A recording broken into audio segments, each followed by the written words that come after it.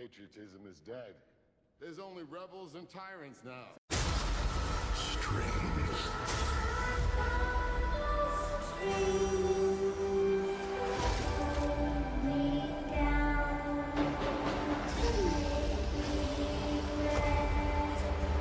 A world ready for the righteous and the pure to inherit. Don't believe in syringes. No, I still got my saber, Reverend. Didn't turn it into no plowshare either.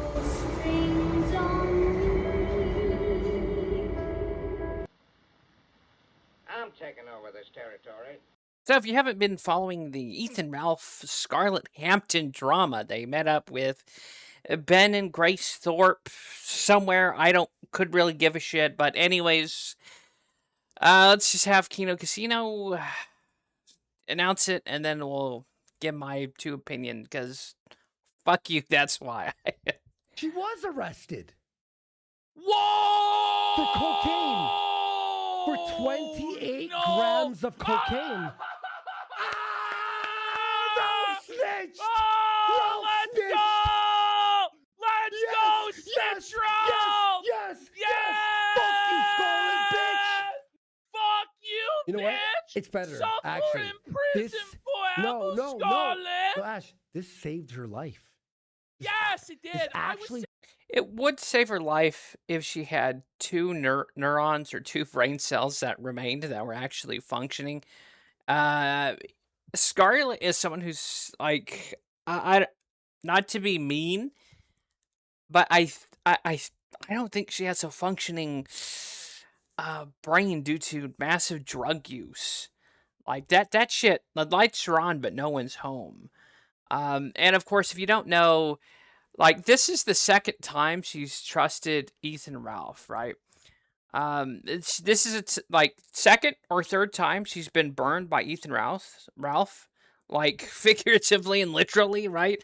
He's laid hands on her, and yet she took him back for some reason. But then again, we are talking about someone who is mentally defunct. This was, of course, a tweet from Ethan Ralph taking pride that he snitched on Scarlett, which is pretty bold. A pretty bold move when you think where this guy lives. He lives in Mexico, right? He lives in Merida, bitch, right? Which is that's pretty bold to be like snitching on people when you literally live in a place where if you snitch, they duct tape a paper bag over your head. And that's if you're lucky. That's if they don't take a chainsaw to you or disembowel you or do whatever fucked up shit, cut your heart out or whatever it is those fucked up cartel people do. That's pretty bold to be happy and prideful about when you live in the number one place that brutally tortures and kills you if you snitch. So, bold strategy, Cotton. Let's see how it works out for him. Not saying that, we wish that on anyone, period. But again, the thing that is just wild to me is how someone would be this dumb to trust this guy not once, twice, but multiple times.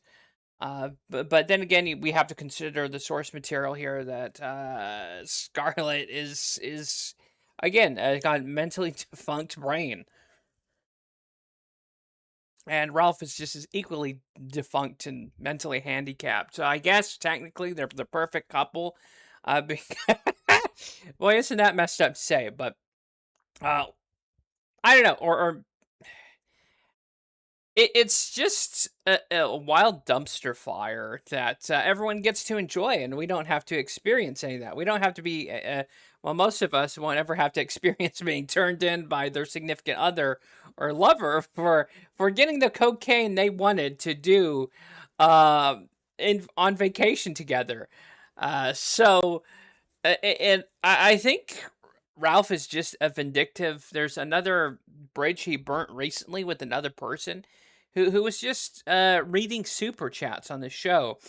So it's just, again, with the shenanigans that Ethan Ralph and Scarlett get up to. I get why people are so invested in this, because it's better than daytime drama, right? And one of these days, I think we're gonna see something crazy on a live stream, and I hope we don't see anything crazy. I don't know. All I'm saying is, if you're a snitch and you're in Mexico and you get known for being a snitch, like we said earlier, it's a bold strategy. But other than that, I don't have much to add, like, to anyone else about this. Just the fact that um, I'm surprised someone could be not just ignorant, dumb, but to trust a person who's battered them multiple times. Um, but then again, someone did bring up a good point in the comments somewhere that they said that Scarlett has damaged her brain to the point with drugs and promiscuity that like that thrill is no longer there. So that's probably why she's Ethan Ralph. The threat of violence and the actual violence might excite her and brings that particular thrill she lost doing drugs and promiscuity like stuff. And I'm starting to think that that makes sense now, because why else? She must be like some sort of a little bit of a masochist when you think about it. Because who else would sign up for being in an abusive relationship, not once but multiple times, and to be battered multiple times, and still believe you love the guy? Uh, but then again, I'm no psychiatrist, but that seems to add up.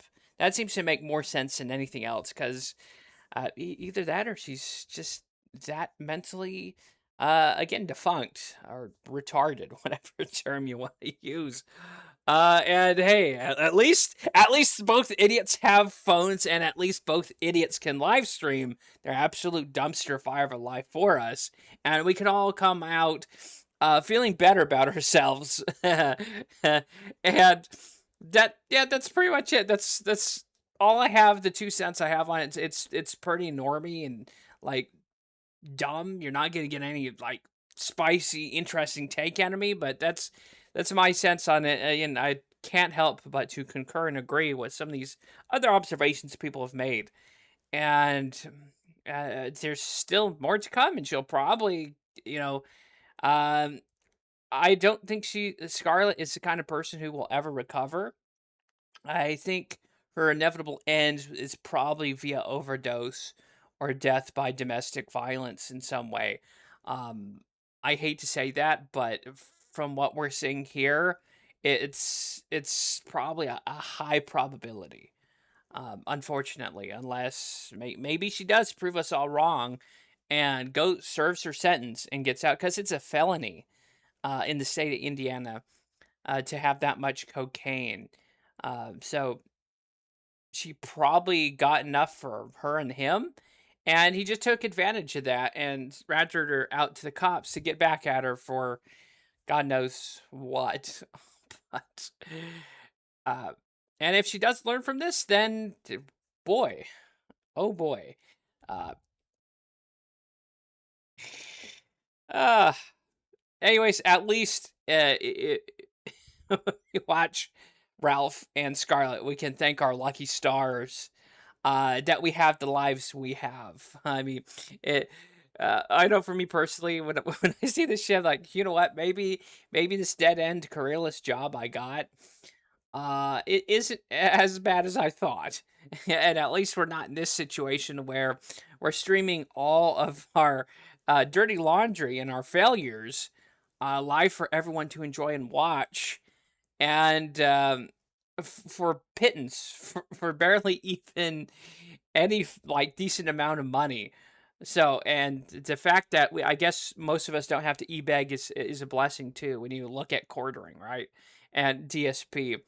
And that's, yeah, anyways, that's probably why people love watching these Lolcows.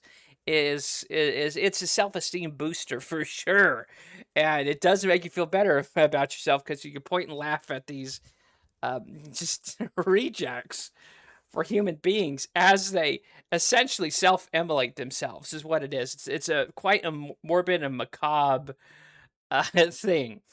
But yeah, anyways, that's all I had to add. Thanks for watching. See you next time. On your way out, if you want, leave a like, leave a dislike, your thoughts below, and I'll see you next time. God bless, stay happy, stay healthy, and At least we can look watch this shit and be like, I got it good. I got it pretty good compared to these. Money! We gotta make some money! The sky whispers.